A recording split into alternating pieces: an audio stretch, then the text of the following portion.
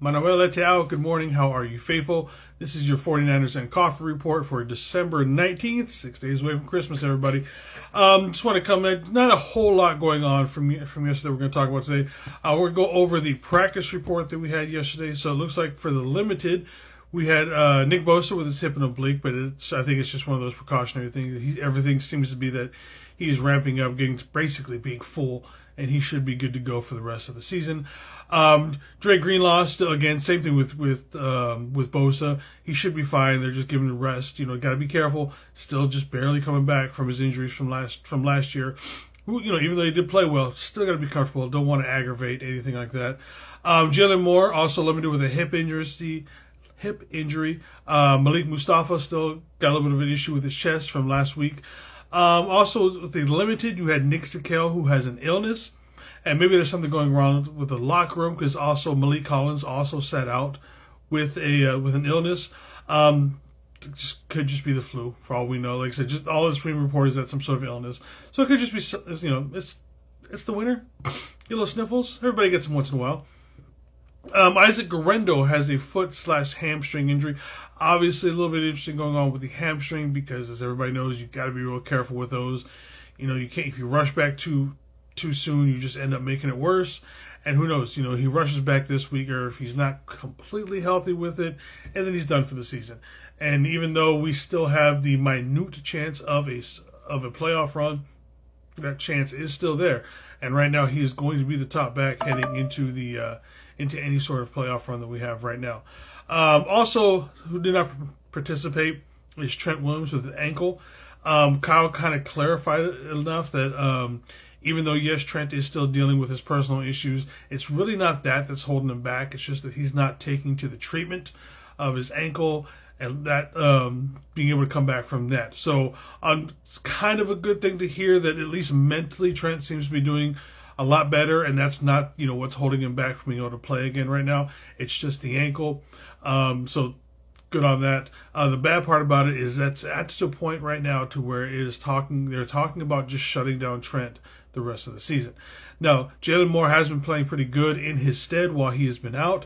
So it's, you're losing Trent. Obviously, that's a big blow when you've got, arguably a top 3 tackle in the league not being able to play. But Jalen Moore definitely needs some more time out there, let him develop. So it's good for him as well. So it's kind of like, do you really want to shut Trent down? You want one of your arguably best player on the team out there. But at the same time, he's hurt. We're barely holding on to any sort of a playoff run. Jalen Moore is getting excellent playing time right now for his development. So it's kind of, I don't know which one I would have had, to be honest with you.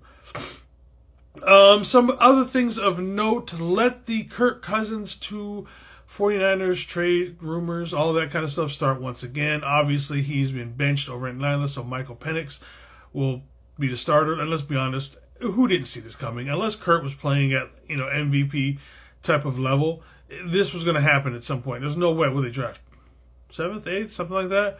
When they draft Penix, there's no way, unless he, like I said, he was playing at that high of a level. These rumors weren't going to start at some point. Every little problem he had, every interception, every missed ball, everything was going to be scrutinized. So once again, I don't think Kirk is coming here.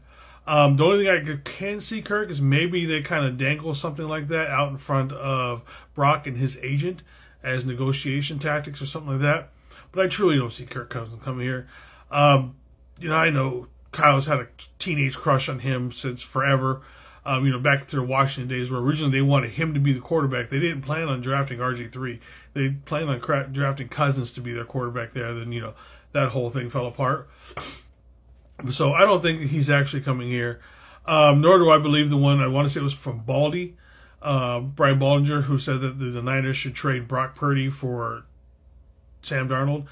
Baldy, I love all of your content. This is the first time I can ever say that, dude, you are wrong on that.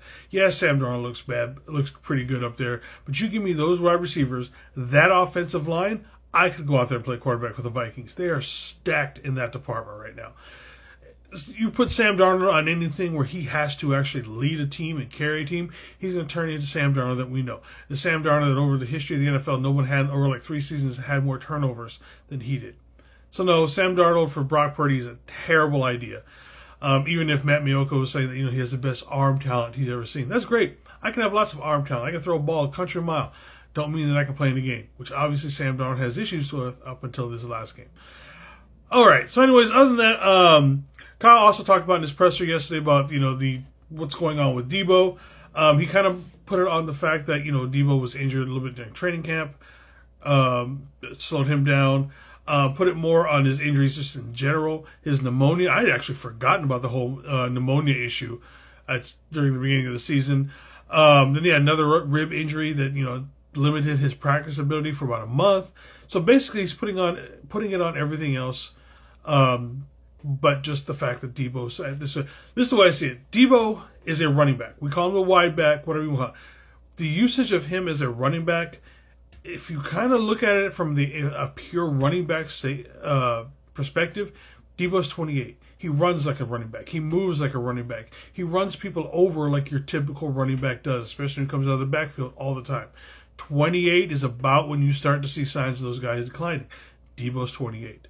Now, he might get a little bit more longevity for the fact that he's not lining up and taking snaps purely from the running back position. But again, with the way he plays, and I've said this about both him and Kittle, I didn't see either of them having particularly long careers. And obviously, just because the physicality of those two guys go out and search for people to hit. They don't avoid contact. They're going to put their head down and they're going to run you over. And that's part of the reason why we love those guys for these past few years, is because of the physicality of how they run. They're looking for those guys. They want to punish these guys for trying to tackle them.